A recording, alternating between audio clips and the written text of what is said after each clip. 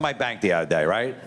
I've been there 10 years. I'm just trying to cash a check. I put my license in the checking account. A woman's like, you have a debit card? No. You might want to get one. I'm good.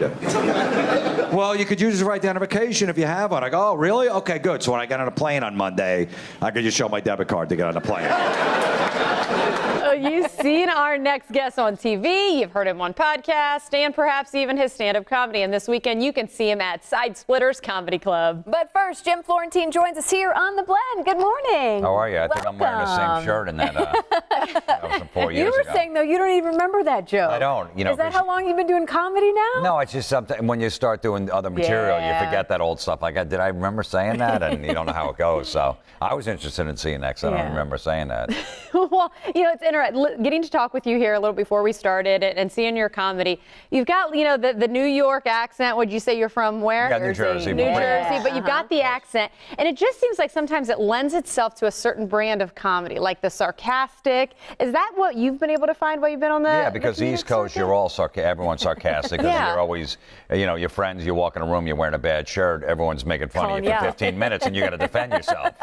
So that's how it's easier to get into stand-up that way. Yeah, you have to have thick skin, and you're like, okay, no problem. And then you get into stand-up because you're used to the thick skin. So if you don't get the response back from the crowd, or you get a heckler, you know how to deal with it. So. How does Florida treat you? Do you spend much time here? Yeah, I love Florida. I love the crowds down here are great because they're from everywhere. Yep. A lot of East Coast people, a lot of Boston, New York, New Jersey, all that stuff. So I love coming down here and perform. All the comics love coming to Florida. Plus, you know, great weather and then, you know, hot girls. So it's perfect. You know? It's better than what people usually say. The Florida, a lot of material can come out of the state of Florida. Well, that too. I know. I lived in Fort Lauderdale for like 5 years, so I know. Yeah.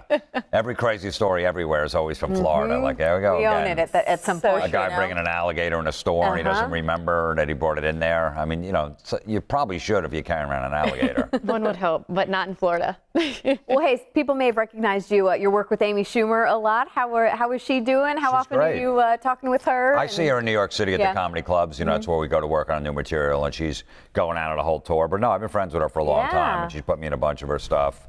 The Comedy Central show and also Trainwreck, which is great. So.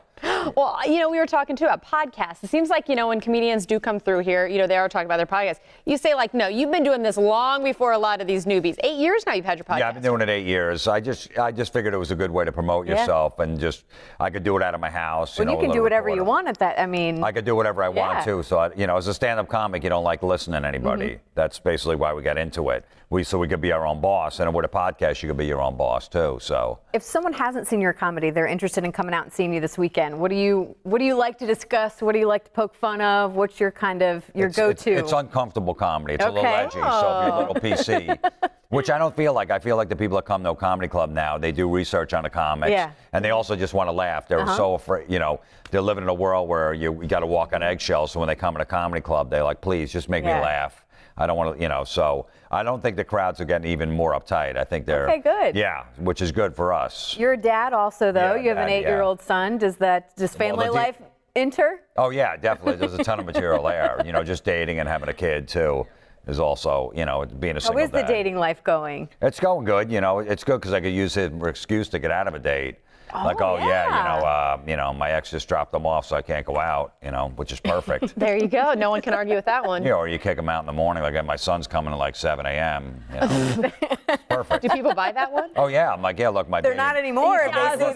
My baby mom is a little crazy, so you might want to get out of here before she shows up. Okay, no problem. And you can't really do a follow-up. If you're just dating, you can't do a follow-up question to that. You know, the girl's just got to be like, okay. Yeah, exactly. I'd be the same way. Like if some woman said, look, my ex is nuts and he's coming here at 7 a.m. I'm like, I'll leave tonight.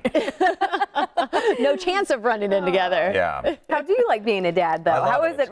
My son is 4, so give me some insight on what I love it. I mean, you know, we have such a great bond. You know, we like the same stuff, and now he's into pro wrestling. I was into it as a kid until I was about 14, and then I got out of it, and now I'm back into it because he just loves it. Oh, good. So it constantly, you know, it's great. It's like having a little buddy, you know. Yep. He keeps telling me, Dad, you got to get a girlfriend. I'm like, well, then, we might have to share the TV. He's like, what do you mean? I go, if she's over, we can't just watch wrestling and the Three Stooges. He's like, why not? I go, because most girls aren't. I go, maybe once in a while. I go, we're going to have to put like The Voice or something like that. He's like, no, then forget it. Forget it, no. He goes, why can't you go in the other room and watch TV? I go, that's not going to work.